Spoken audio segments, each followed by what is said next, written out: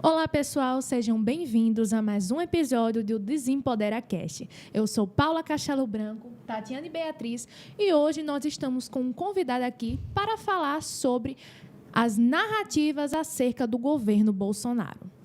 Hoje estamos aqui recebendo um convidado muito especial, amigo pessoal nosso, Elinaldo Bernardo.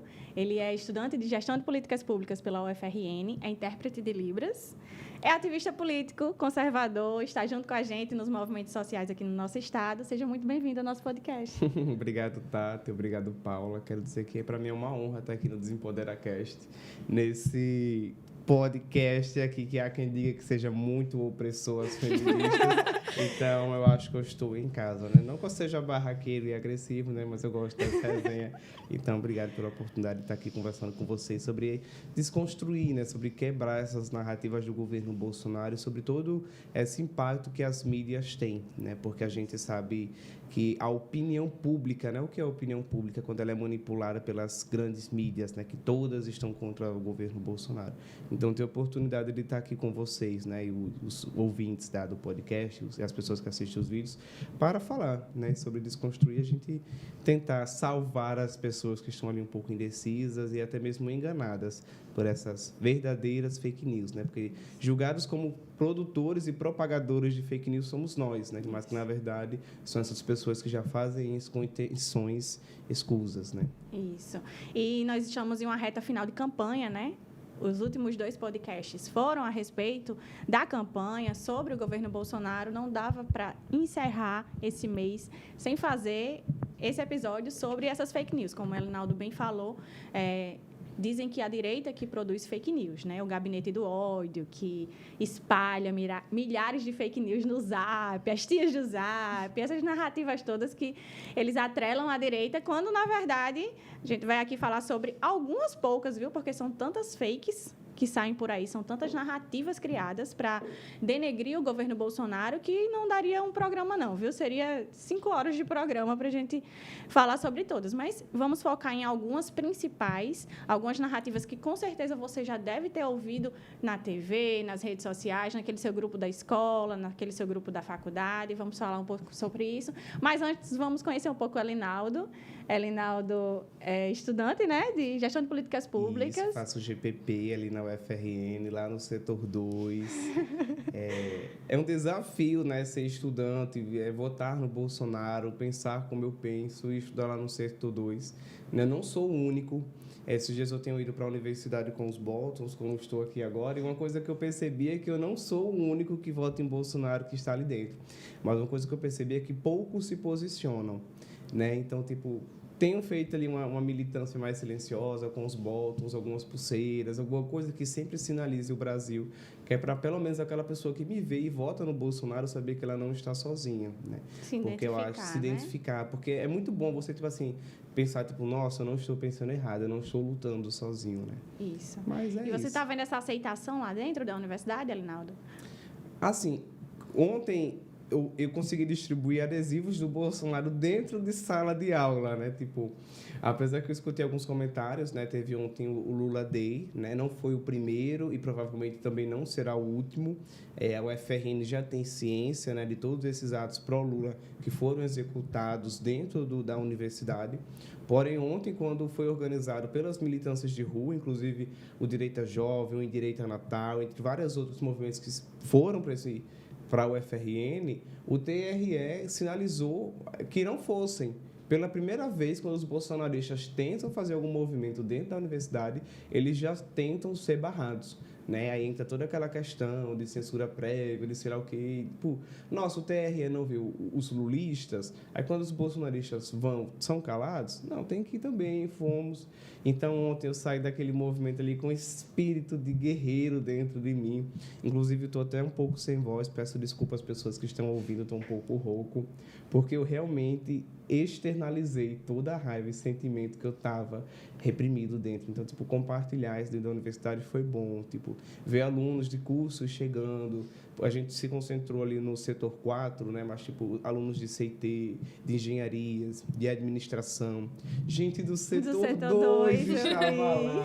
Jornalismo, geografia, GPP, Libras, tipo, vários cursos que são pessoas que são bolsonaristas e tiveram a oportunidade de participar e mostrar, marcar posicionamento, né? Mostrar que a universidade é um espaço diverso, é um espaço democrático, é um espaço de vários pensamentos, de ideias, e da pluralidade, isso mesmo, Tati. E é muito importante esses movimentos, né? Eu não estou, como você mesmo falou, sou ativista, né? Mas, tipo, por muito tempo eu tentei me manter na linha mais técnica, né? Tipo, pelo meu curso ser sobre gestão de políticas públicas, eu sempre quis fazer essa separação da política, né, partidária, e a política pública. Porém, chega um momento que a gente percebe, né, que a política pública ela está totalmente entrelaçada com as políticas partidárias. Uma das coisas que eu venho percebendo isso eu sou pesquisador de educação, sobre as políticas educacionais e como elas são barradas de um governo para o outro e como isso acaba quebrando todo um ciclo, né? Então, foi por isso que eu entrei de cabeça nessa política partidária, até mesmo ocupando os espaços institucionais, né? Hoje eu sou presidente do Conselho da Juventude em Parnamirim, onde eu tenho um espaço oficial para discutir políticas públicas para a juventude lá no município, né? Fui eleito agora delegado estadual para nacional, onde terei a oportunidade de debater essas temáticas para toda a juventude nacional. Porque a gente vê que, tipo, por muito tempo, jovens conservadores, jovens liberais, jovens de direita se omitiram desses espaços para falar: ah, isso é coisa de esquerdista, ah, isso aí não é para mim, muito limpinho, muito polido. E a esquerda foi sempre entrando, se ocupando desses espaços, enquanto a direita sempre ficava ali: meu Deus, eu faço o quê? Sempre assim, sabe? E foi por isso que na o Lula... defensiva e nunca no ataque. A esquerda, ela trabalha sempre no ataque, né? Então, enquanto a gente estava ali omisso, parado, não, a gente não vai militar porque isso é coisa de esquerda. Não, a gente não vai atrás porque isso é coisa de baderneiro. Não, a gente não pode ser rebelde, isso é rebeldia, né? E eles foram ocupando os espaços e hoje a gente está colhendo a consequência, né? Foram plantando durante anos essas sementinhas, foram ocupando os espaços e hoje nós estamos aqui colhendo uma dura consequência, que é o que aconteceu ontem. A universidade é um lugar de diversidade de ideias, de pluralidade. E como é que o Lula, o PT, ele tem acesso à universidade de todas as formas possíveis? São feitos atos pró-Lula constantemente e no primeiro ato pró-Bolsonaro vem a censura, né? É o ensaio para uma ditadura. Tem toda aquela questão cultural, né? Porque acaba se tornando um ciclo, né? Tipo, desde alunos como professores. Tipo, professores lulistas de esquerda formam alunos a pensarem da mesma forma que seus professores, né? E uma coisa que eu gosto muito de questionar é falar, tipo assim, esses dias eu até questionei dentro de sala de aula, né? Na disciplina sobre democracia e participação na política pública, e eu questionei a professora até onde ela tinha senso crítico de verdade e até onde ela perpetuava discursos que ela escutou, durante toda a sua formação acadêmica. Porque chega um momento na vida acadêmica que esses intelectuais, professores principalmente, eles leem tanto pessoas, leem tanto estudiosos que seguem uma linha progressista que acaba impregnando aquilo para você e acaba reproduzindo.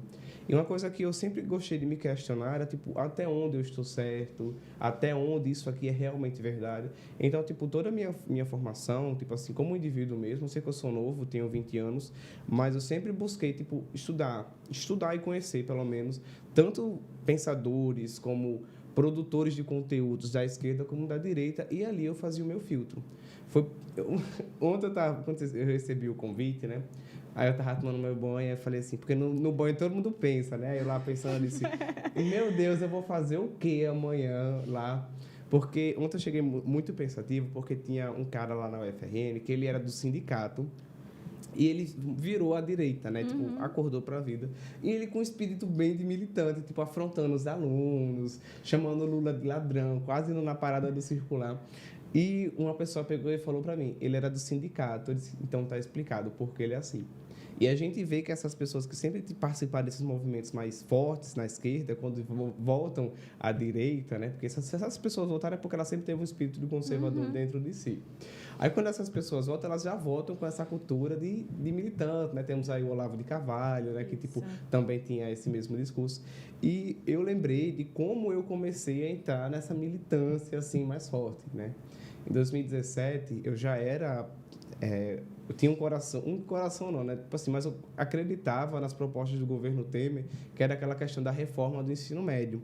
E nessa época eu estava iniciando meu ensino médio. E a minha professora de filosofia metia o pau no Michel Temer, metia o pau na política da nova reforma do ensino médio, que esse ensino técnico era só para fazer com que o aluno não fosse para a faculdade. E nessa época eu nem sabia de nada. Eu só sabia de uma coisa. Eu questionei a professora. Eu disse, professora, se esse aluno vai sair de lá com um curso técnico, ele não vai arrumar um emprego? Ou a pessoa só arruma emprego quem tem faculdade? Aí ela ficou calada. Eu disse, e outra, quem tem faculdade? Todo mundo ganha um salário altíssimo, todo mundo ganha bem. Todo mundo já sai empregado. E nessa época eu tinha o quê? Foi em 2017, eu tinha 15 anos. E, tipo, eu falando essas coisas com a mulher, eu nem tinha o preparo que eu tinha hoje. Então, não que eu tenha muito, né? Deus sabe, né? Mas, tipo assim, hoje eu tenho mais um pouquinho do que eu tinha lá. Aí eu fiquei, tipo assim, eu pensando também, disse, meu Deus, eu tinha tudo para ser de esquerda. Eu era de grêmio estudantil, era de movimento, assim, tipo... Gente, eu andava com o pessoal da UNE, da UJS, da APES... Super bem acompanhado. Da UNES, e, tipo, eu com esses mesmos pensamentos, tipo assim... E o pessoal lá, tipo assim, fora Michel Temer, eu aqui, gente, Michel Temer é bom. E eu aqui, bem gênero, sabe? E eu disse, gente, eu gosto do Michel Temer. Eu gosto da reforma do ensino médio. Eu gosto das reformas que o governo dele está fazendo. E foi aí que eu comecei a acordar. E eu acho que foi aí que virou essa chave, né? Aí eu fui para uma escola em tempo integral, que já tinha uma pegada mais do novo ensino médio. Aí foi quando eu desmanchei de vez. Eu disse, não, isso aqui é bom. Então, se isso aqui é bom, e eu estou realmente sentindo que isso é bom, por que aquelas pessoas estão dizendo que isso é errado? Né? Aí foi quando eu realmente comecei a entrar nesse ponto de guerrilha e pegar de frente com diretora de sindicato, de educação, né? A Fátima Cardoso. Um beijo, Fátima. A diretora do Fórum Estadual de Educação, né, que hoje é a secretária adjunta de Educação. E eu comecei a bater boca com esse povo e estou aqui até hoje, né? Na universidade eu fico mais caladinho, né? Porque lá o pessoal é realmente muito agressivo, muito, muito hostil. Ontem eu fui apresentar um trabalho e, tipo, vieram para cima de mim. Tipo, ainda bem que, tipo assim... Eu sei que o assunto é sensível, né? O assunto era a pauta ambiental. Então, se eu sabia que era uma pauta sensível, eu tento colher todo o conteúdo que eu posso, porque quem detém o conhecimento detém a verdade, né? Conhecereis a verdade e a verdade vos libertará. É bíblico. Um beijo, Bolsonaro, que fica falando todos esses versículos, né? Lá de João 8. E é isso, né? Então, tipo, a menina fez uma pergunta assim, só pra, tipo, me afrontar, sabe? Querer captar a ferida, eu fui e respondi ela assim, ó, certinha. Chega, ficou um silêncio. Eu fiz, mais alguma pergunta? Aí a sala ficou em silêncio. Obrigado, professora. Obrigado, turma. Dou por encerrada essa apresentação. Não, mas é porque esse pessoal realmente só fazem coisas para lhe atacar. E quando você tá armado, você tá pronto... O pessoal tem até medo de mexer com você, porque sabe que vai levar a lapada, né? Então, tipo, por isso que eu gostei da pauta de hoje, porque são narrativas que esse pessoal constrói e eles fomentam tanto, compartilham tanto, que acabam, tipo, se tornando uma verdade, né? Tem aquela, né? Tipo assim, uma mentira contada 1000 vezes vira uma verdade. Então, tipo, isso acontece também dentro das universidades narrativas, né? Então, eu busquei, dentro do meu curso, pegar disciplinas para que eu pudesse aprender ou, pelo menos, criar uma base, né? Porque a universidade, assim como qualquer educação, ela não forma você 100%. Se o aluno não for autônomo, nada acontece. Se você ficar só com a faculdade, você vai sair dali um aluno medíocre, assim como no ensino médio. Se você não desenrolar no ensino médio, não é tipo assim, vou fazer 3 anos de ensino médio, já vou passar no Enem em medicina. Se você não buscar conhecimento além...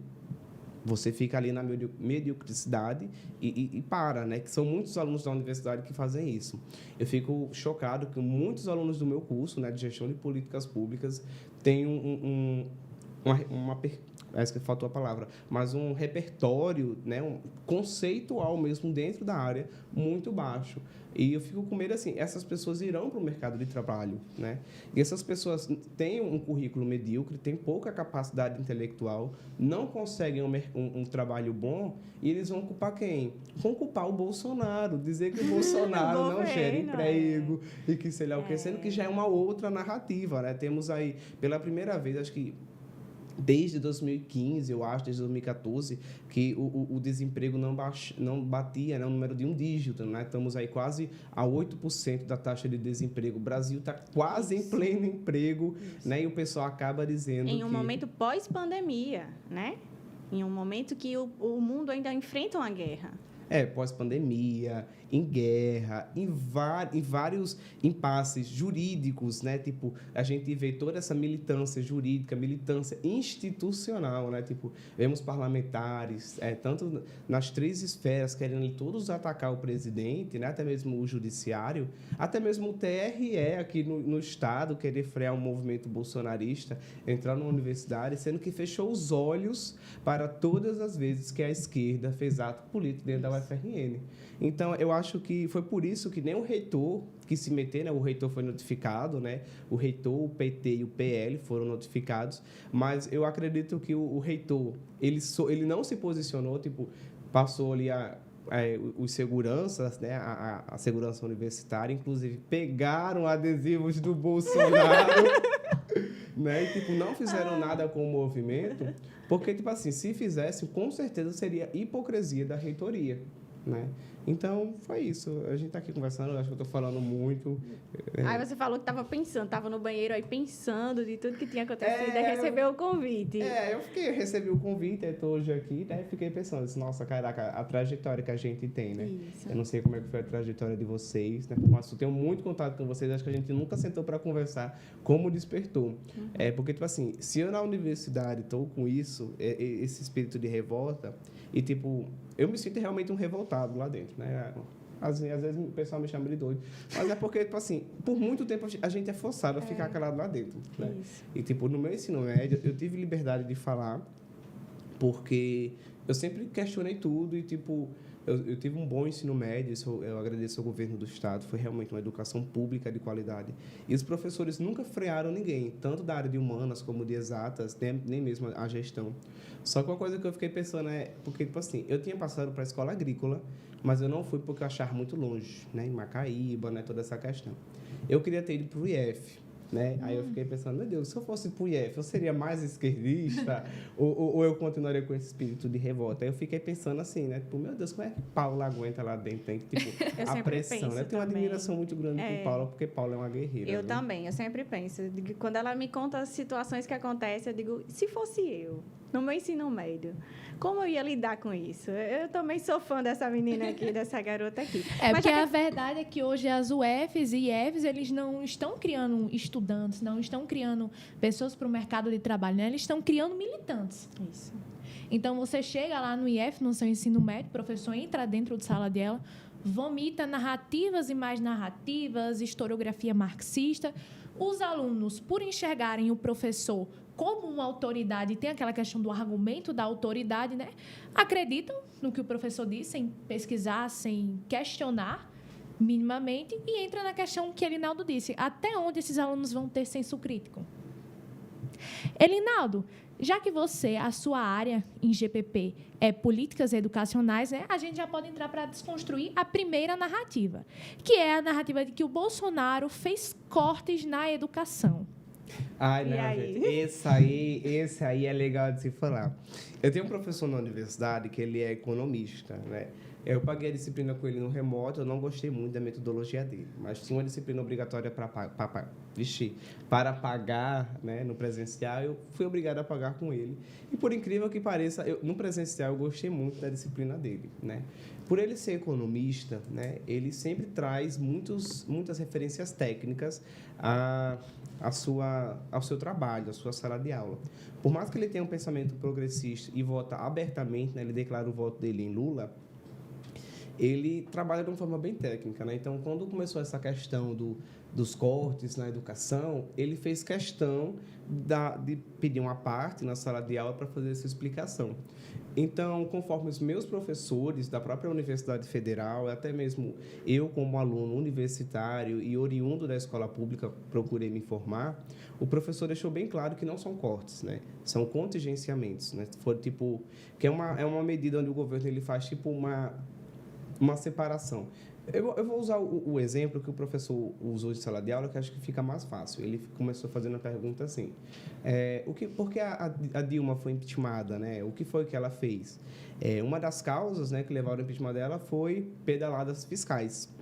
E para que o governo Bolsonaro não cometesse esse crime fiscal, né, essas pedaladas fiscais para fechar as contas, ele contingenciou e remanejou alguns valores para que pudesse fechar as contas em dia, fechar o orçamento. Isso. Só que o próprio ministro da Educação, ele foi abertamente, deu coletiva de imprensa e disse que não seria corte, seria um contingenciamento, seria somente, tipo assim, vou segurar esse dinheiro aqui na conta só para, tipo, sei lá, correr uns juros ou só para, tipo, saber que tem esse dinheiro em conta, mas caso a universidade precise, esse dinheiro será liberado antes, porque o contingenciamento já foi divulgado com prazo de encerramento, salvo engano, em dezembro, né? Então, tipo, já foi anunciado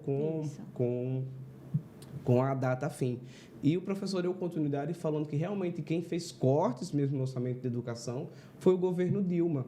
Né? No segundo governo Dilma, ela já chegou passando a faca na metade dos orçamentos, metade de bolsas e tudo ela veio cortando. Assim como teve ajustes no governo Lula, que eu acho uma hipocrisia chegar eu fui ler, né, o plano de governo do Lula e ter lá como propostas para a educação, garantir a cidadania pela universidade. Não é só cidadão aquela pessoa que tem universidade, não. Conheço muitas pessoas. Minha mãe não tem graduação, não tem formação acadêmica na área, mas é uma cidadã, é uma pessoa que produz, que trabalha, que é muito significativa para a sociedade, muito mais desses intelectuais que estão lá dentro da universidade, fazendo mestrado, doutorado, ganhando bolsas, que há mais de 15 anos passou o governo Lula, passou o governo Dilma e nunca teve essa atualização do governo do pagamento de bolsas, né? Já que eles se importam tanto com a educação, com a ciência, né? Mas o que a gente viu foi esses governos utilizarem de educação com orçamentos altíssimos e maquiados, né? Porque o pessoal vai dizer assim, o Brasil gasta muito com educação, mas mais da metade da folha de pagamento do Ministério da Educação é só Estado. São professores que recebem salários altíssimos. Eu tenho uma professora que ela recebe quase 51 mil por mês. Eu fui puxar no portal da transparência. Fora bolsas que esses professores recebem, né? Então, tipo, o dinheiro gasto em educação não está tendo seu fim, que é chegar no aluno, né? Então, em 2019, quando o Bolsonaro já foi empossado e tinha toda aquela proposta de se reinverter o gasto da educação e gastar mais com a base, porque é realmente quem conta. Eu, como pesquisador na área de educação pública, quando a gente tem uma criança que ela tem toda uma estrutura, uma educação boa, professores bons, a infraestrutura educacional, ele vai ser um aluno muito melhor do que correr lá na frente. Uma crítica que eu faço aos defensores da educação, que defendem Lula, é que, tipo assim, como é que ele quer dizer que defende a educação, né? Como é que ele apoia os pobres nas universidades, se ele só propicia uma universidade para ricos? Porque a gente vê, quem é que entra na Universidade Federal? Exatamente. É aquele pessoal que estudou ali no SEI, não estudou muito, fez um cursinho, fez um ensino médio medíocre, o pai pagando, faz um cursinho. Mas ele tem uma base boa porque sempre teve acesso a uma educação de qualidade via privada. Aí esse cara vai, esse boy, cursa lá no ensino privado, vai para a Universidade Federal, enquanto o pobre, que era para ter tido uma educação pública de qualidade. Aqui eu vou citar Amartya Sen, um dos criadores do IDH, né, que é o Índice de Desenvolvimento. Ele fala sobre o desenvolvimento para a liberdade, né? E, inclusive, ele trabalha com educação porque a educação ele leva a liberdade para as pessoas. Então, se um governo petista, Lula, Dilma, que o Lula sempre teve por trás da Dilma, né? E até mesmo no Temer, né? Porque o pessoal vai dizer assim, foi o golpe. Mentira, são amigos até hoje. A gente observa, né, que a candidata do MDB está apoiando o Lula, né? Nunca estiveram distância.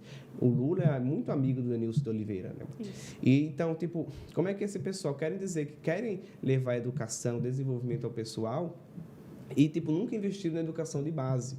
Nunca investiram, tipo, vamos fazer um ensino médio bom, vamos fazer um ensino fundamental bom, né? Vamos aumentar o número de creches, vamos chegar junto com as prefeituras. Isso não acontecia, né? Então, os ricos, né? A classe mais privilegiada, como eles gostam de falar, os brancos, né? E tal, os héteros, a burguesia, entra na universidade, aí o pobre vai se endividar com FIES e ProUni. Isso. Porque, em vez do governo Lula buscar desenvolver os alunos com educação boa, né, na rede pública, dá uma educação privada, que não estou aqui atacando as universidades privadas, mas tem-se, claro, um índice menor do que as universidades federais. Porque se fosse melhor, o rico que tem condição de pagar ia para lá. Isso. Mas o rico que tem condição de pagar, ele prefere entrar na universidade federal boa, com toda a estrutura, porque o governo, a educação, tanto no ensino básico, são coisas que têm um fundo. Então, tipo, sempre tem dinheiro, né? Tem o Fundeb, tem o Fundef, tem um piso salarial, enquanto a rede privada não. A rede privada é ali mais solta e é onde o pobre vai.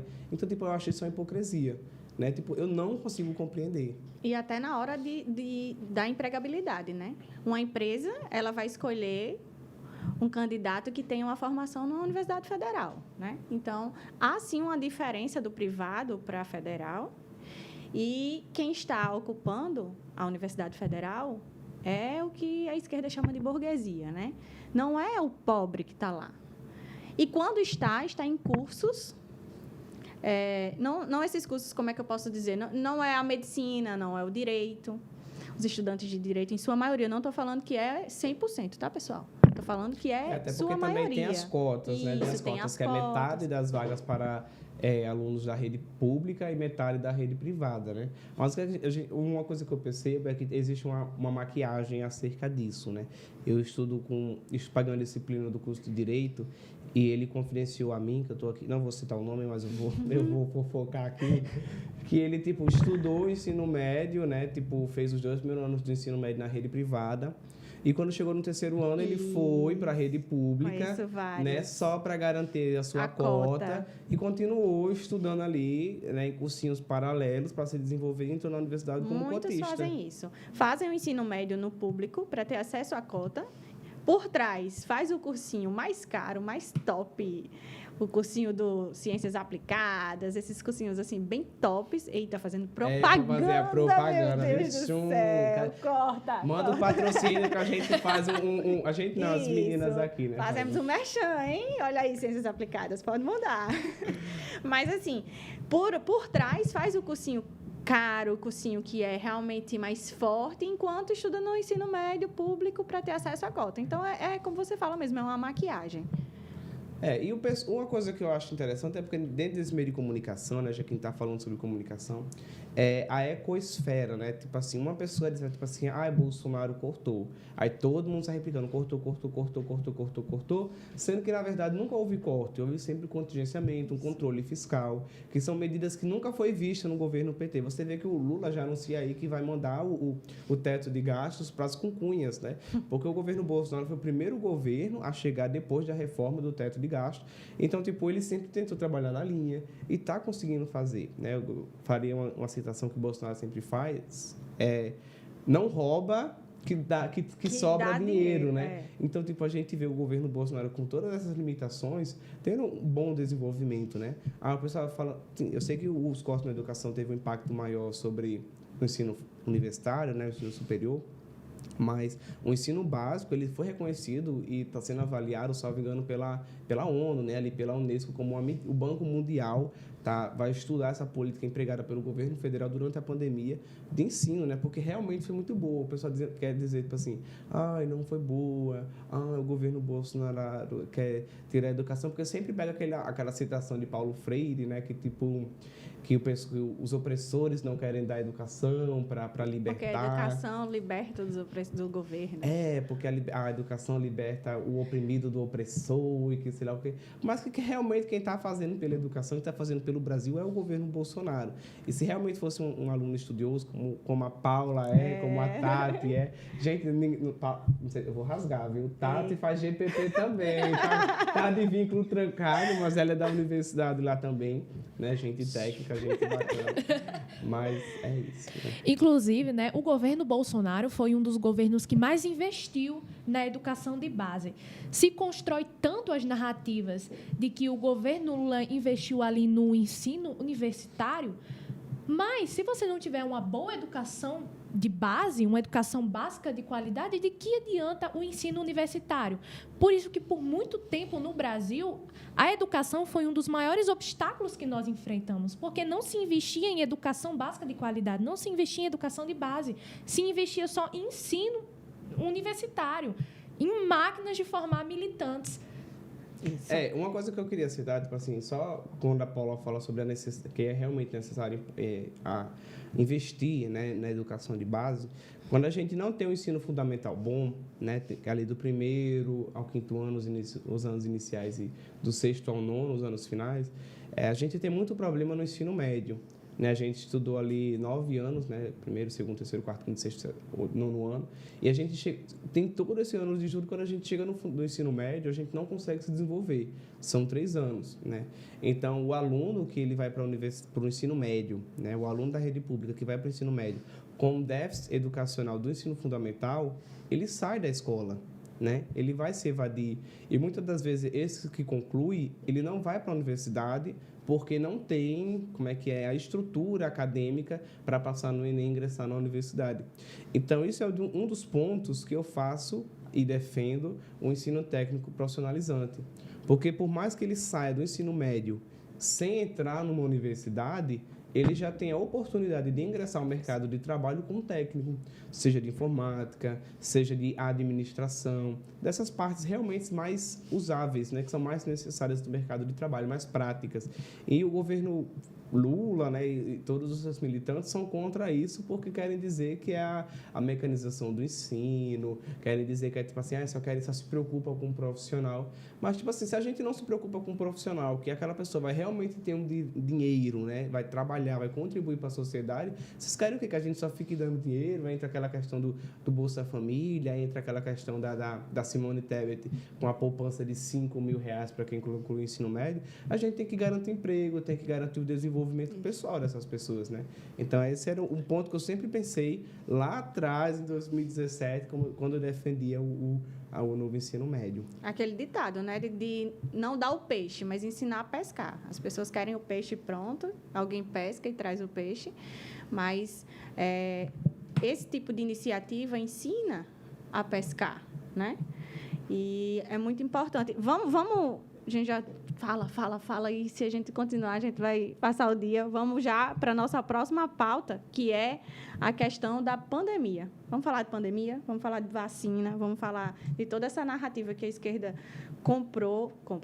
lançou e a sociedade comprou, de que Bolsonaro não comprou vacina, se negou a comprar as vacinas de início, que o grande vilão da pandemia não foi o Covid, foi Bolsonaro, né? O culpado por todas as mortes de Covid não foi o vírus, foi Bolsonaro, né? Vamos falar sobre isso?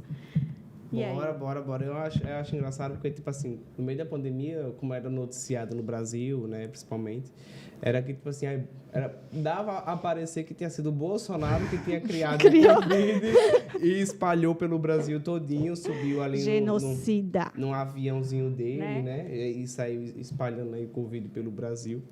E eu acho uma das pautas super interessantes, né? Porque elas perpetuam até hoje dizer que Bolsonaro negligenciou durante a pandemia. Né? A gente teve o circo da CPI, né? Que todo tempo tentou criar e fomentar narrativas como Bolsonaro criou Covid, não Bolsonaro criou Covid, né, mas tipo assim, Se aproveitou para fazer se aproveitou para fazer um palco político. Isso. Em nenhum momento acharam alguma coisa que pudesse realmente acusar Bolsonaro. Então, a gente já tira daí. Se a gente pega toda a oposição ao governo, estruturada, institucionalizada, e não acharam um problema público, um crime, esse cara passou impune, esse cara realmente não fez nada, né? A gente viu vários senadores sendo entrevistados, autoridades, pessoas que atuaram na linha de frente, mulheres, né? Já que a gente está aqui no DesempoderAcast, mulheres sendo atacadas no circo da CPI, né? Que a gente viu que foi só um palco político. Isso. E se o cara, né, o Bolsonaro, saiu de lá ileso, né? Assim, moralmente, legalmente, né? Porque, tipo assim, a imagem dele foi atacada todos os dias, né? Os 4 primeiros momentos as 4 primeiras sessões da CPI, eu ainda me atrevia a assistir. E eu ficava, eu respondia dentro de casa, caraca, como é que esse cara consegue falar isso? Porque, tipo, não é nem desinformação, é mau caratismo. Isso. Porque o cara tá lá, o cara tem assessores, tem dinheiro se ele quiser estudar, pagar um cursinho, tem acesso à informação. E se ele perpetua aquilo, é um mau caratismo, né? A gente vê o governo Bolsonaro que em menos de um mês, após a primeira vacina ser aplicada lá fora, ser aplicada no Brasil, isso realmente... o cara soube trabalhar. Agora, uma das coisas que, assim, que eu observei estudando por fora é que, tipo, tinha uma medida que o Bolsonaro poderia fazer para quebrar toda aquela CPI, né, que seria a aprovação de uma PEC, do MP, né, da medida provisória, onde permitiria que governadores comprassem de forma autônoma as suas vacinas, né? Sendo que todo o cuidado que o governo Bolsonaro sempre teve, ele com Paulo Guedes, é a questão financeira. Então, tipo, a gente viu aí o consórcio Nordeste, né, que se juntaram aqui os 9 governadores do estado para fazer uma linha de frente ao combate à pandemia, né? E já teve todo aquele escândalo dos respiradores, de tudo, né? Que até hoje não chegou aqui, os respiradores do nosso estado, né? E nem vai chegar, porque onde esse pessoal do PT, onde esse pessoal do PT bota a mão, ou rouba, com certeza rouba. Não estou querendo dizer que roubar, né? Que é para depois me incriminar, mas a gente percebe, assim, pela análise histórica, quando o PT bota a mão, ou rouba ou quebra. Ou vem quebrado, ou não presta. Só sei que nunca dá certo, né? Então, tipo, eles queriam que o Bolsonaro liberasse, né, os governadores comprar, que era para fazer festa com dinheiro. Isso. Porque uma coisa que não faltou na pandemia foi dinheiro e ajudas para nenhum dos entes federativos, nem prefeitura, nem estado. O governo do estado aqui recebeu bilhões de dinheiro, muito dinheiro. Toda a prefeitura recebeu dinheiro. Inclusive, começou até mesmo aquela questão de se criarem a maquiagem dos casos de Covid, que era só para receber mais dinheiro, né? Isso. Quantas pessoas morriam de Covid por dia? E, curiosamente, o estado do Rio Grande do Norte sempre terminava o ano em déficit. Sempre terminava o ano com as contas no vermelho. Curiosamente, no ano da pandemia, o estado fechou as contas em azul, com superávit. É porque Bolsonaro foi o melhor governador do estado do Rio Grande do Norte na pandemia. Aliás, nos últimos 4 anos, né? Inclusive, a governadora Fátima Bezerra recebeu recursos, mas não abriu um hospital de campanha, né? O que a gente viu nesse período foi o fechamento de hospitais, né? Teve o fechamento do hospital de São Rui Pereira, teve um de Conguara. Então, várias questões sobre saúde, né? E ela não fez... Assim, não vou dizer que ela não fez nada, né? Porque ela fez, né? Roubou ali... Ops! Um asterisco aqui na minha fala. Então, teve todos esses casos aí que ela fez, mas uma coisa que ela fez foi se omitir. Enquanto o pessoal estava lá na linha de frente se matando para trabalhar, ela estava na praia, sumiu, né? Teve o escândalo ali da compra de milhões de reais de sacos lá em Parnamirim, uma empresa que tinha sido aberta na mesma semana da compra. Tipo, vários casos. Eu sei que nessa mesa aqui já passaram pessoas que falaram melhor do que eu sobre essa questão da pandemia e também sobre os gastos públicos, mas voltando a falar sobre as questões da vacina, né? o Bolsonaro, ele realmente trabalhou por isso, né? Por mais que teve todo esse palco político, né? A gente viu ali o Dória, que estava ali naquela sua sede de tentar ser presidente, né? Aí a pessoa vai dizer assim, Bolsonaro trocou ministro no meio da pandemia. Cara, se você é um empresário, seu funcionário não está entregando o serviço que você precisa na hora, e é com urgência, claro que você vai trocar. E se o ministro não estava executando um bom trabalho naquele momento, porque a medida que o Mandetta achava era o quê? Fica em casa até você começar a faltar ar. Quando falta ar, você vai para o hospital. E a gente viu que a medida não era essa, né? A medida que o governo Bolsonaro realmente queria era da prevenção imediata. Tanto da prevenção assim que começar a combater os sintomas de Covid, né? A gente viu a doutora Roberta Lacerda, que ela fez esse trabalho aqui no Rio Grande do Norte, que cresceu a nível nacional. Isso. A gente viu uma médica potiguar, né, lá no Senado, a falar sobre essa questão da linha de frente, né? A falar sobre a autonomia médica, da prescrição dos medicamentos. Porque a gente fala muito sobre, a Paula citou, sobre será o que de autoridade? Faltou a palavra agora. O argumento de autoridade, né? O argumento de autoridade que tanto falam lá fora. E a gente sempre ficava calado assim, tipo, se o médico falou, isso, eu aceito piamente, calado. Né? As áreas humanas, né, áreas sociólogos, historiadores, são sempre questionados. Agora, a medicina, não.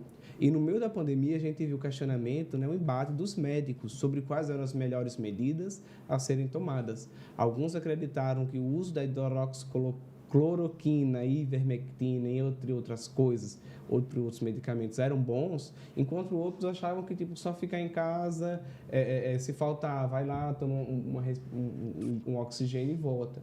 Né? Enquanto o Bolsonaro, os ministros deles defendiam a questão do spray nasal que estava sendo desenvolvido lá em Israel, e Bolsonaro foi super atacado aqui na CPI do Covid. Quando foi agora, foi comprovado que o spray nasal que o Bolsonaro defendia lá atrás era eficaz no combate ao Covid.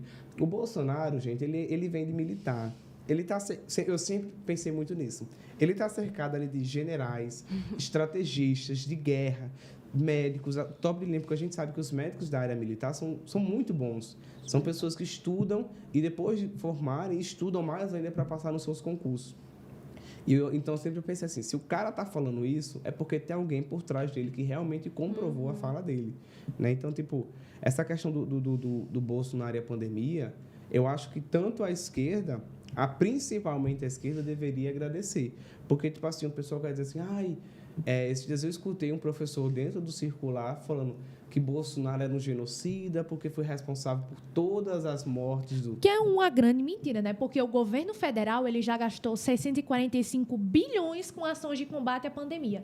Isso vai equivaler ali a 8,6% do PIB. Tivemos o auxílio emergencial também, que possibilitou para que aquelas pessoas que ficassem em casa, que perderam seus empregos, né, não pudessem ali passar por dificuldades, que posteriormente foi transformado no Auxílio Brasil. Em questão de vacinas, a aquisição de vacinas e insumos contra a Covid-19 atingiu 13,2 bilhões, o que vai equivaler a 50,5% do orçamento previsto para 2021. Então, como assim um presidente desse é genocida? Como assim ele foi negligente na pandemia? Verdade. Eu acho que é muito porque a esquerda cria uma narrativa em cima das falas dele, né? A gente sabe que agora deu até uma melhorada, digamos assim, mas ele sempre foi muito espontâneo, sempre falou o que vem na cabeça e falou daquele jeito dele, como você bem falou. Ele é um militar. Então, o militar, ele tem uma formação diferente, uma cultura diferente, mais rígido, mais, né, às vezes grosso na fala. E as pessoas, elas seguiam muito por isso. Ele tem uma fala mal colocada, ele fala alguma coisa assim mais ríspido e a mídia pega aquilo dali e coloca em evidência. Mas o que a gente está querendo fazer aqui é mostrar para você com dados, como o Paulo acabou de dar, vários dados reais que você pode conferir. Tá? E você tem todo o acesso para isso, entendeu?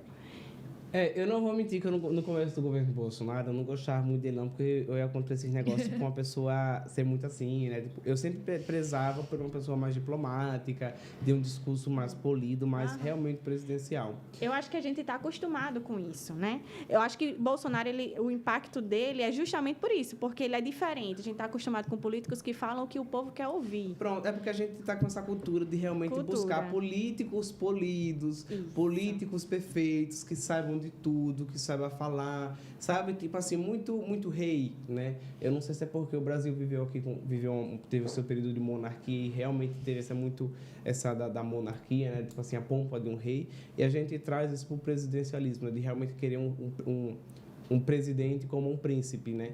Então, é por isso que muita gente votaram no Lula e votaram no Lula, porque o Lula sempre traz um discurso bonitinho, falando sobre esperança, falando sobre, vamos igualdade, comer carne, cervejinha, picanha. Porque ele fala o que as pessoas querem ouvir, né? O que a grande massa quer ouvir, a parte dos eleitores dele.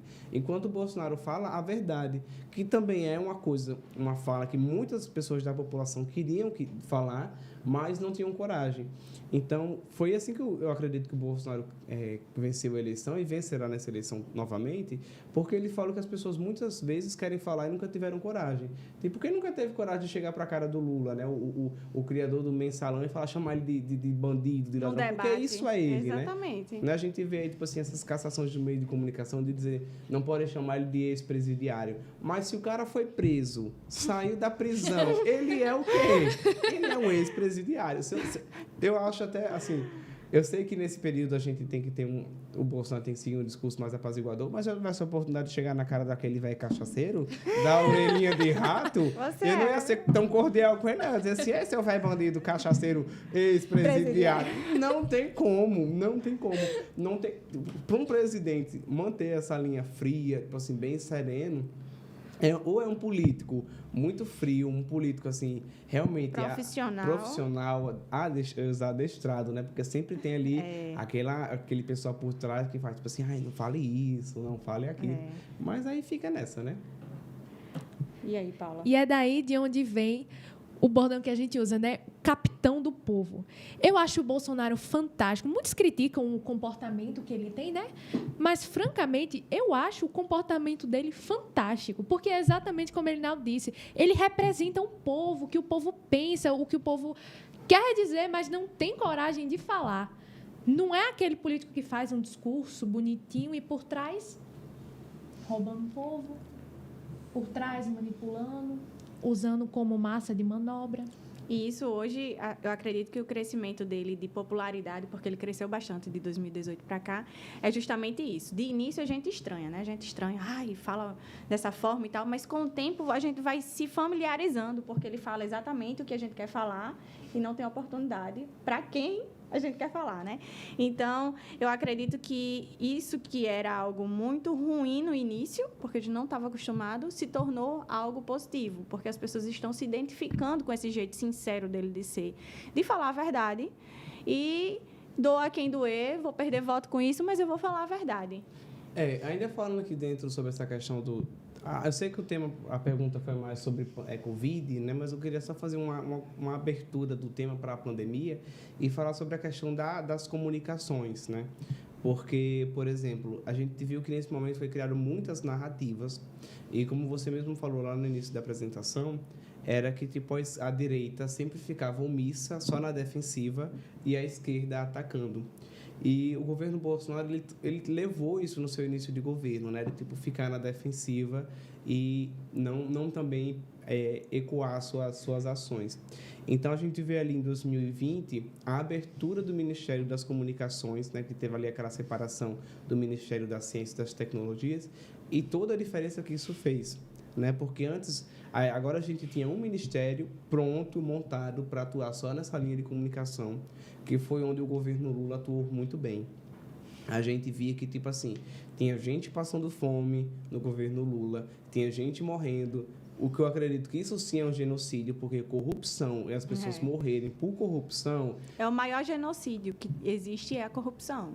É uma política pública que o governo PT quis atuar, né, que foi com a corrupção, e milhares de pessoas morreram, não tiveram educação boa, sentiram fome por causa das políticas assistenciais que foram falhas e várias outras coisas. Mas, ao mesmo tempo que o Brasil estava nesse caos, estava sendo maquiado e pintado um cenário de perfeição pelas mídias, pela comunicação, toda comprada, toda seguindo uma régua que ele mandava, que inclusive ele hoje abertamente, mais de 9 vezes, já declarou isso sobre a questão da regularização das mídias de comunicação.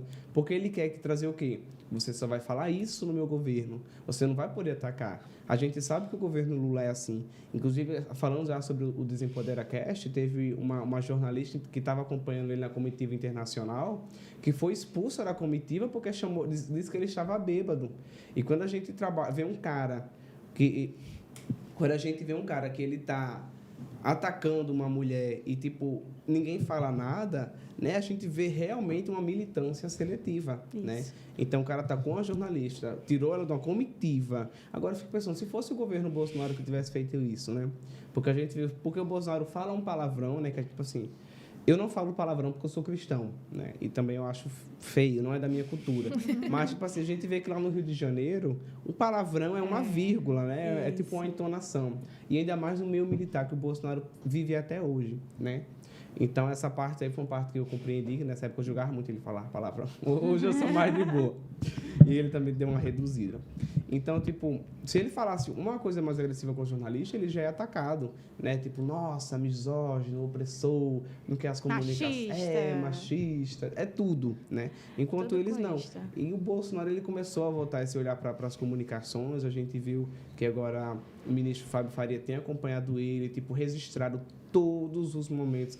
Qualquer ação do governo Bolsonaro que está acontecendo está sendo transmitida em tempo real, com acessibilidade em Libras, que a gente viu que é uma atenção que o governo Bolsonaro e a Michelle, né, a primeira-dama, trouxeram para o governo desde o discurso de posse, né, que o presidente machista, opressor, deixou pela primeira vez a mulher, a primeira-dama, né, fazer o discurso inicial e ainda mais transmitido em Libras, né, representando uma parte da população que muito tempo foi esquecida.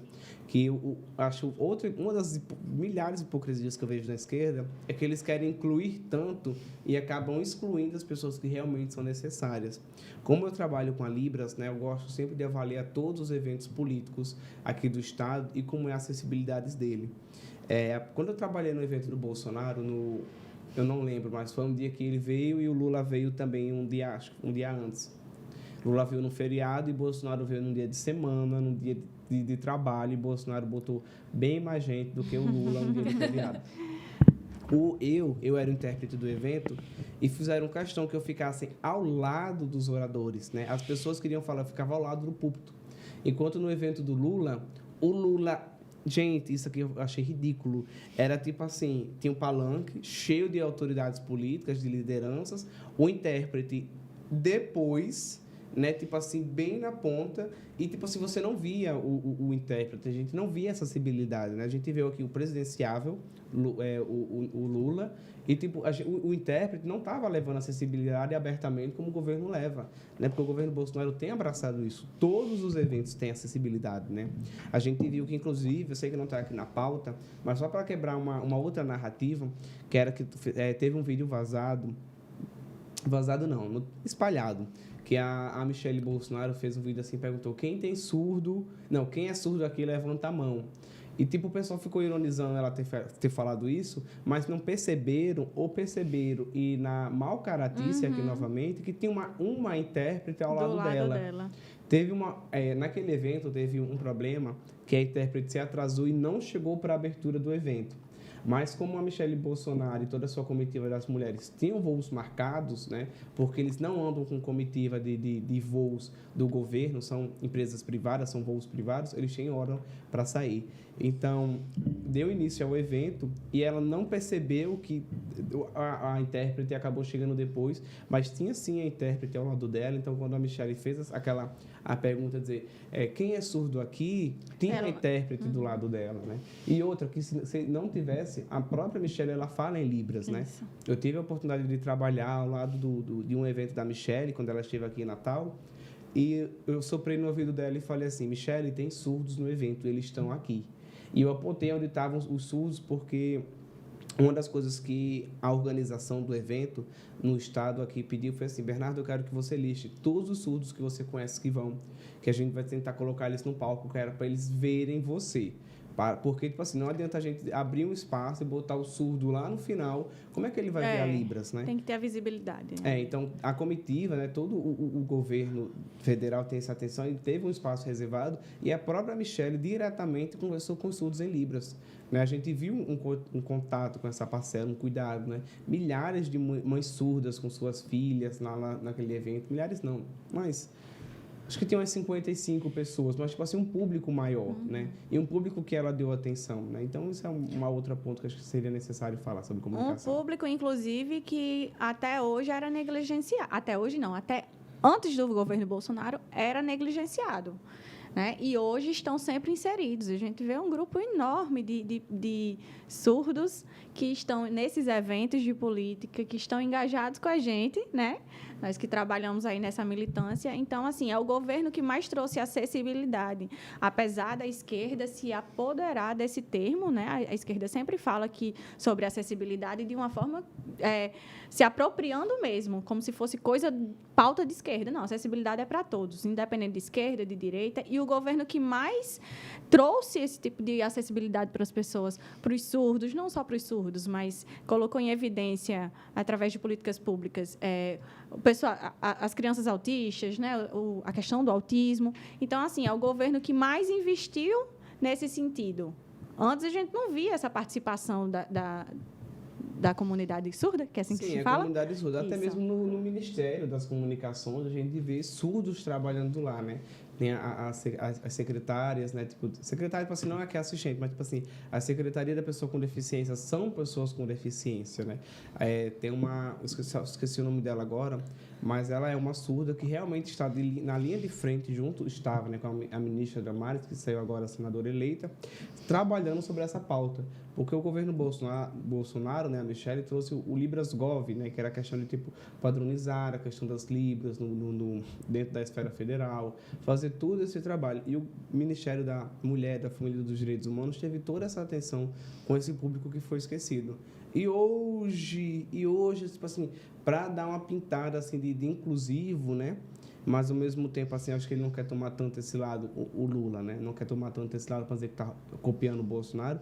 Aqui é colar que ele bota ali uma pessoa com deficiência num evento, ou, tipo, fala alguma fala, mas, tipo, não é o foco dele, né?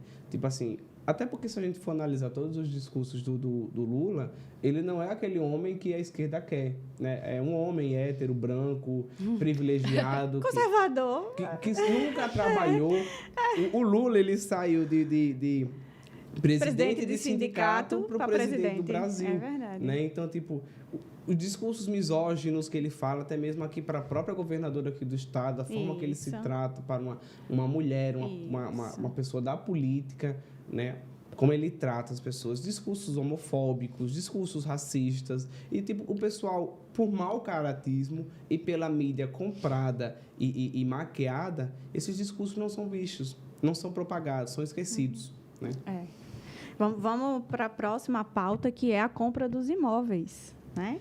Algo aí que surtiu muito burbúrio entre a sociedade, a mídia jogou que Bolsonaro comprou quantos? 51? 51 imóveis a dinheiro vivo. E aí, Alinaldo? E aí, Paula? Vamos entender essa narrativa, né? De 1990 até hoje, o presidente Bolsonaro, seus 3 filhos mais velhos, seus 5 irmãos, sua mãe falecida e suas 2 ex-mulheres, que já são casadas com outras pessoas, e o ex-cunhado, compraram 51 imóveis, totalizando aí, em valores atualizados, 25 milhões. Agora, vamos fazer aqui umas continhas básicas de matemática, né? Já que esse pessoal da esquerda, obviamente, não gosta, né, de fazer essas contas.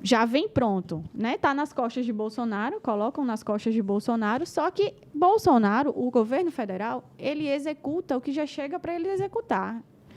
O legislativo, esse orçamento é do legislativo. Explica para a gente, Paula, como é aí a questão do orçamento secreto. Bom, o que acontece, né? O orçamento secreto é uma iniciativa do legislativo que foi vetada pelo presidente Jair Bolsonaro e que, como Tati disse, não tem nada de secreto.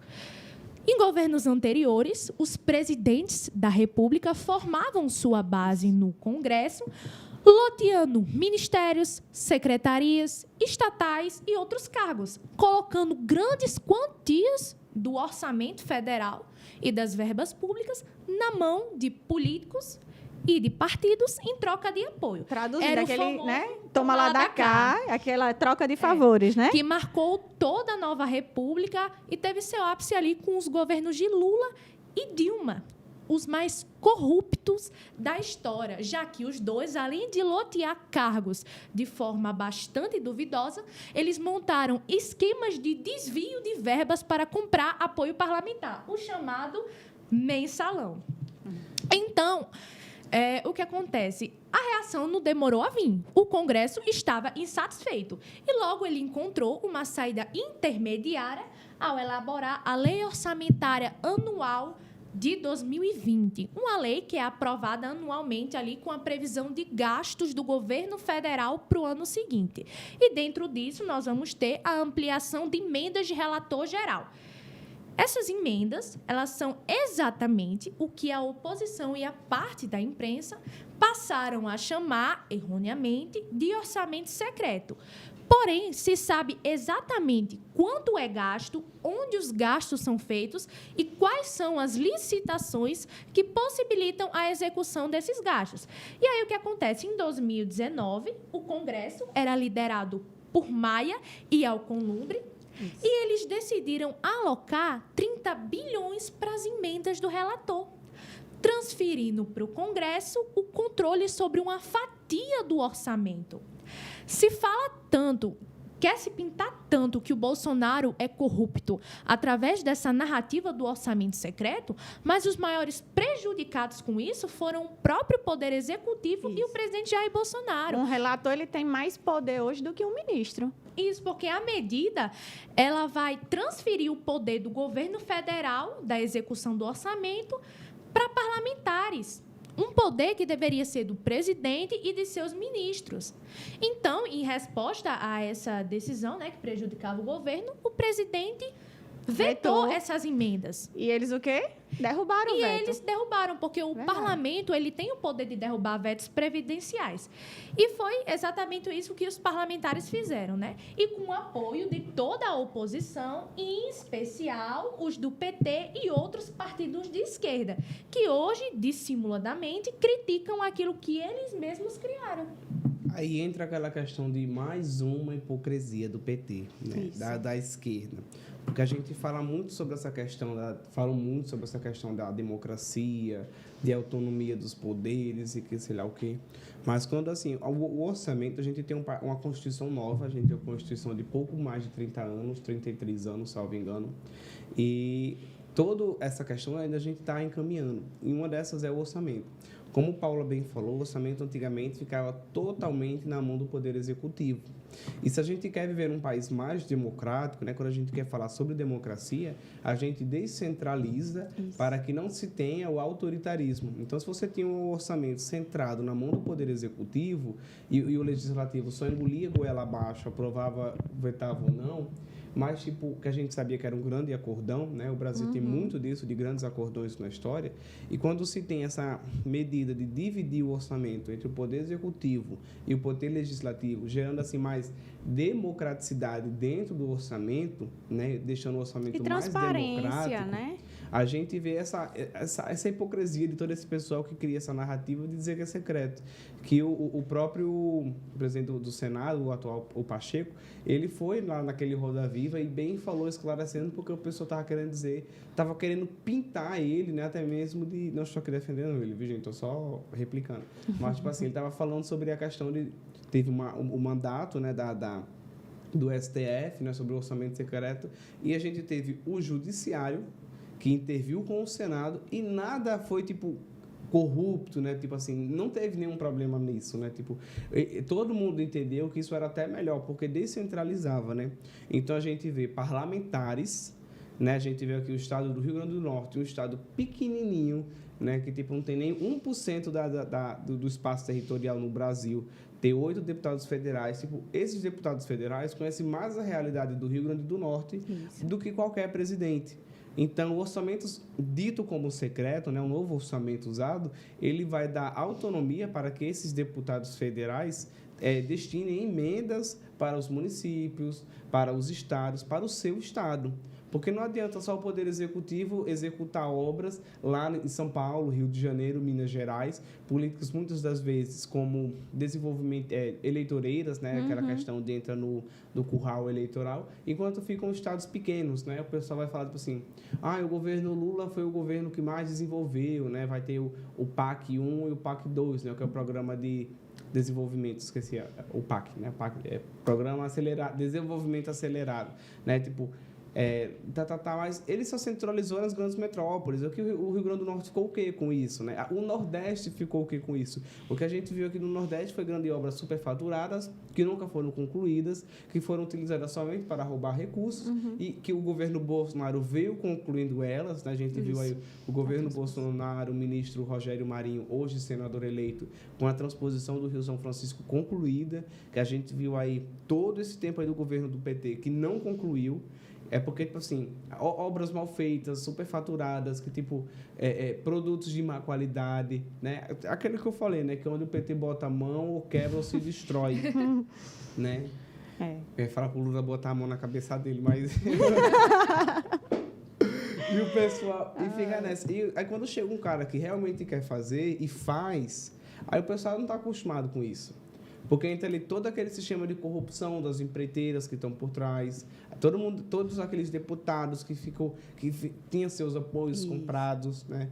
Que a gente viu também, uma narrativa que fala também, é que tipo assim, Bolsonaro se vendeu ao Centrão. Mas, tipo, o que seria o Centrão? Quem é? Quem é o Centrão? O Centrão hoje, na verdade, são um bloco de partidos que não se alinham à esquerda, né? Mas também não são abertamente conservadores, porque o Brasil não tem um partido conservador. PSL não era conservador, assim como os bolsonaristas são. O PL não é. A direita conservadora bolsonarista não tem um partido para chamar de seu. Isso. A gente viu toda aquela luta antes das eleições para a abertura do Aliança pelo Brasil, que seria, assim, um partido aberto, confortável, onde realmente a direita iria se concentrar, e não deu certo.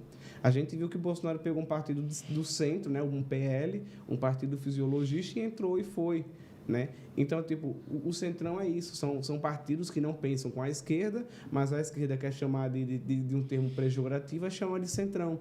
Mas não esquece também que esses partidos de centro, eles são essenciais tanto para a governabilidade de qualquer governo, né? Porque, primeiro, que Bolsonaro não é um ditador. Sempre quiseram pintar o Bolsonaro como autoritário, como opressor, ditador, que ia chegar e ia fechar tudo. E se ele não governasse com o legislativo, claro que ele seria um governo autoritário. Mas Bolsonaro, em todo momento, ele tentou governar junto com o legislativo. É por isso que a gente nunca viu um pedido de impeachment ser aprovado nas câmaras, não por amizade, não por, tipo assim, sou amigo do presidente, até porque, durante a pandemia, o presidente do Senado e o presidente da Câmara eram oposição ferrenha ao governo Bolsonaro. Os impeachments não passaram por quê? Porque o Bolsonaro, ele sempre andou lado a lado com o legislativo. Foram dois poderes tentando dar continuidade, desde das medidas de proteção ao trabalho durante a pandemia, a liberação dos auxílios, tudo isso foi junto com o Poder Legislativo, o que o blindou de qualquer possível impeachment e até mesmo de narrativas maiores, de dizer assim, é política eleitoreira. Não, eram políticas realmente necessárias que o Poder Executivo, junto com o Judiciário, que o Bolsonaro, durante a pandemia, também se sentou com o Judiciário para fazer essas políticas alinhadas. Então, quando a gente traz essa questão do orçamento dito como secreto, que de secreto não tem nada, na verdade, o orçamento vai e ele volta para o portal da transparência, né? Ele vai ser listado todas as obras que foram usadas aquele recurso, né? Então, tipo, o que eu hoje, né, até mesmo dentro da academia, da UFRN, Academia UFRN, se discutem isso, é sobre a questão das benesses que esse novo orçamento traz, porque ele descentraliza o poder na mão do presidente, que antes estava na mão do presidente, comprava apoio, e hoje não, hoje a gente vê. Hoje o Legislativo faz oposição a Bolsonaro e essas pessoas que estão fazendo oposição ao governo Bolsonaro também estão com recursos dentro do orçamento secreto. Então, tipo assim, se todo mundo que tivesse no orçamento secreto era do Bolsonaro, então, tipo assim, o PT está apoiando o Bolsonaro, né? Porque o PT votou contra o veto do presidente, né? O PT tem emendas dentro do orçamento dito como secreto, né? Então, só para fechar esse ponto de orçamento secreto, né? É como... Eu comparo com a história do sigilo de 100 anos, né? O sigilo de 100 anos, todo mundo cria uma coisa, um bicho de 7 cabeças, né? Sigilo, né? O que é sigilo? É esconder. Só que o sigilo de 100 anos nada mais é do que Bolsonaro poder receber uma visita em casa e não ter que prestar conta com isso. Não ter que registrar. Porque eu também não quero saber quanto ele gasta com absorvente para Michele, entendeu?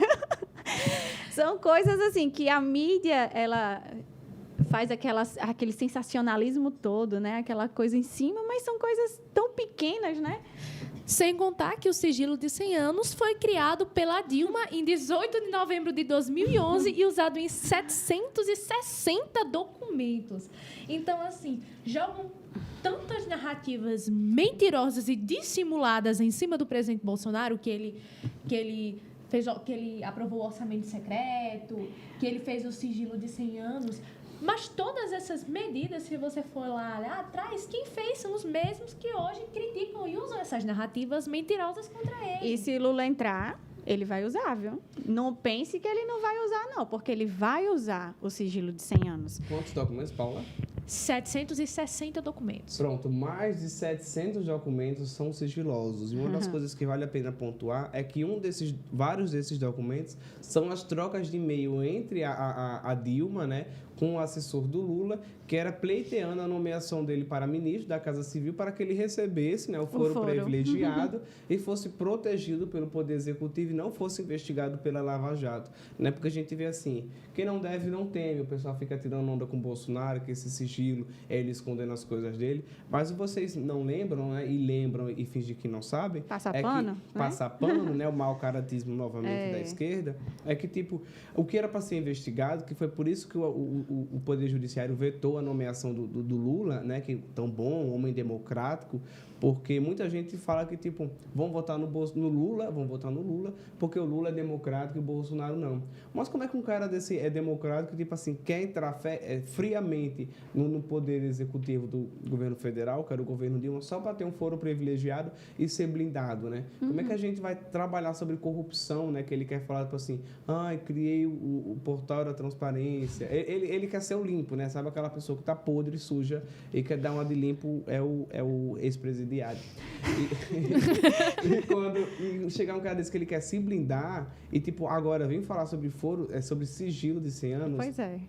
Não creio. E falando sobre sigilo, o Lula também, antes mesmo da Dilma, ele declarou, né, dado como sigilo, vários documentos que envolvia ele e a Odebrecht. Né? Se eu não me engano, tem um dos documentos que daqui a pouco a gente vai ver, porque o sigilo, se eu não me engano, vai até 2027. Então, está bem pertinho da gente realmente saber mais. Podridão desse ladrão cachaceiro. E é uma democracia seletiva, né? O Lula disse que ele é um democrata, ele é uma pessoa democrática, mas o que mais estamos vendo hoje no Brasil é uma censura e uma perseguição política escancarada, o aparelhamento ali de órgãos públicos. Isso. Né? A Jovem Pan foi censurada, a Brasil Paralelo foi impedida de ser monetizada. A gente vê recentemente, o ministro Fábio Faria descobriu que o Lula teve mais tempo de rádio, exorbitantemente, que o Bolsonaro. Então, como assim um cara desse é democrático? Que democracia seletiva é essa? E a gente tá caminhando para um cenário muito difícil, porque até mesmo o vídeo da gente, esse podcast aqui, é uma luta, viu, gente? Para subir. Às vezes a gente promete, vai sair hoje, não sai na hora que a gente diz. Por quê? Porque até para subir um vídeo desse, um podcast desse, um episódio desse, a gente tem dificuldade por causa do conteúdo. Porque o conteúdo do nosso podcast não é alinhado à esquerda, né? Se você for pesquisar, sempre a gente pesquisa antes de trazer um tema aqui, a gente dá uma pesquisada, dá uma olhada. E quando você vai olhar Sigilo de 100 anos, você só vai encontrar conteúdo falando mal, conteúdo atacando, conteúdo colocando Bolsonaro como grande criador, como grande vilão disso tudo aí. Eu acho que ele deveria andar assim, de tão pesado, assim, das coisas que colocam nas costas dele, porque tudo vai para as costas dele, né? E como você bem disse, quem criou foi o governo Dilma, né? Foi uma medida aí do governo Dilma. E por isso que a gente está trazendo isso daqui para vocês. A gente já está caminhando para o fim do podcast, acho que está em 1 hora já. A gente se empolga, mas a gente está trazendo para vocês essas questões, por quê? Porque para que você entenda que domingo, dia 30 de outubro, você tem uma grande responsabilidade. É uma responsabilidade de colocar no poder alguém que pode destruir de uma forma muito rápida tudo que está sendo construído, né, nesses últimos anos. O presidente fez muito nesses últimos 4 anos.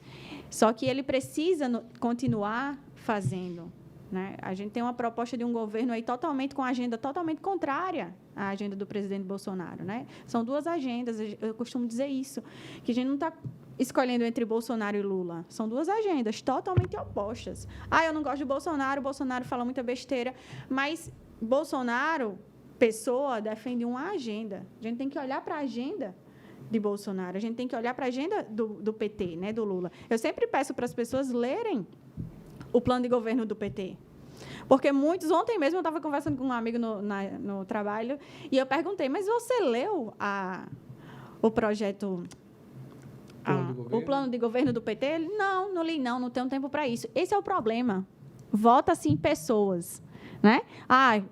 O Lula é mais carismático, e aí acaba, como o próprio Ciro, né, falou que ele é um encantador de serpente. O que é um encantador de serpente? Ele encanta a serpente. A serpente está ali e ele está encantando. O Lula é esse tipo de pessoa.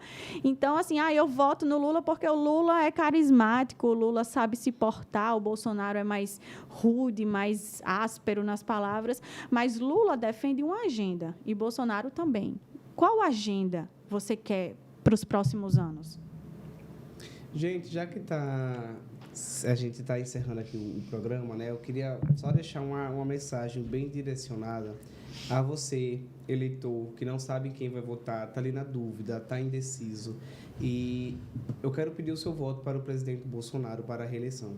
Você nunca me viu nas redes sociais pedir abertamente o voto de um candidato à presidência, né? Mas hoje eu estou aqui pedindo o seu voto e queria dizer a você, que está aqui assistindo esse vídeo, bem direto para você, que eu, Elinaldo Bernardo, estudante de Gestão de Políticas Públicas na Universidade Federal, intérprete de Libras, bolsista de iniciação científica sobre desenvolvimento educacional, sobre políticas de combate às desigualdades educacionais aqui no estado do Rio Grande do Norte, eu quero dizer porque eu voto no Bolsonaro.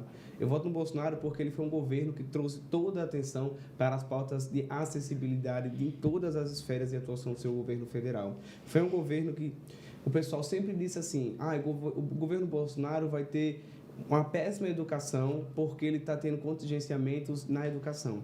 Mas uma das coisas que a gente viu é que a educação pública, tanto o ensino superior como o fundamental e o médio, eles tiveram seus desenvolvimentos positivos. Por quê?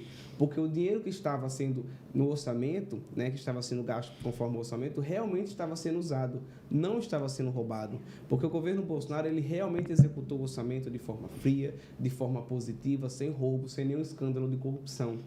Vocês podem querer achar e perpetuar discursos de narrativa dizendo que Bolsonaro foi corrupto na compra de vacinas. Que compras de vacina foram essas? Eles queriam que o governo Bolsonaro comprasse vacinas que não fossem aprovadas pela Anvisa, mas Bolsonaro, ele é um democrático. Ele acredita nas empresas estatais, nas reguladoras. Teve também a questão da CPI da Covid, que fizeram todas as sabatinas com as pessoas do governo Bolsonaro e não acharam um crime, né? Se não acharam crime, se toda a oposição estruturada e institucionalizada pesquisaram, né, que se pesquisasse mais um pouquinho, achavam o dedo do Lula, não acharam um problema no Bolsonaro, é porque o cara estava certo. E entre outras questões, se você está indeciso e quer saber mais o porquê eu vou votar no Bolsonaro, meu direct está aberto, meu Instagram, meu WhatsApp, e eu estou disposto a convencer você a votar do jeito certo, a votar no presidente, no Bolsonaro, no capitão do povo, no cara que teve a maior política de assistência social durante a pandemia e até hoje, o primeiro programa que está dando a possibilidade da pessoa que antes recebia o Bolsa Família, agora recebe o auxílio emergencial, não ser mais dependente do governo para sobreviver. Né? A gente viu que é um governo que está tendo esse cuidado com o desenvolvimento pessoal das pessoas. Então, pense, reflita. Eu sei que dia 30 está bem pertinho, já agora no domingo, mas eu sei que você tem tempo para acordar. Eu sei que você tem tempo para refletir sobre todos esses mais de 10 anos, quase 14 anos do governo PT e todos os maus que eles fizeram e só foram maquiados. Enquanto o governo Bolsonaro foi atacado e foi transparente todos esses 4 anos. E é por isso que eu hoje voto e peço seu voto para mais 4 anos do governo Bolsonaro. Arrasou, é isso aí. É isso aí. Para finalizar, eu gostaria de deixar um versículo da Bíblia aqui para todos nós, que é Salmos 33:12. Feliz é a nação cujo Deus é o Senhor, cujo povo ele escolheu para lhe pertencer. O Brasil é a terra prometida. Dia 30 de outubro, nós daremos o nosso novo grito de liberdade, se Deus quiser, com o presidente Bolsonaro reeleito, agora com a bancada conservadora no Congresso Nacional, e estaremos caminhando para que o Brasil se torne uma potência mundial, para que nós tenhamos uma terra rica, desenvolvida e próspera como nunca foi antes. E é isso, pessoal. Muito obrigada pela sua audiência. Voltaremos em breve. Vou nem dizer a data, porque... Mas é um prazer ter você aqui com a gente. Curta esse vídeo, comente, compartilhe esse episódio. Siga as nossas redes sociais, @Fórum Antifeminista RN. Siga também as redes sociais do nosso estúdio, da nossa produtora, Destar Digital. Se inscreva no canal da Destar. Acompanhe nas redes sociais e até o próximo episódio. Tchau, tchau.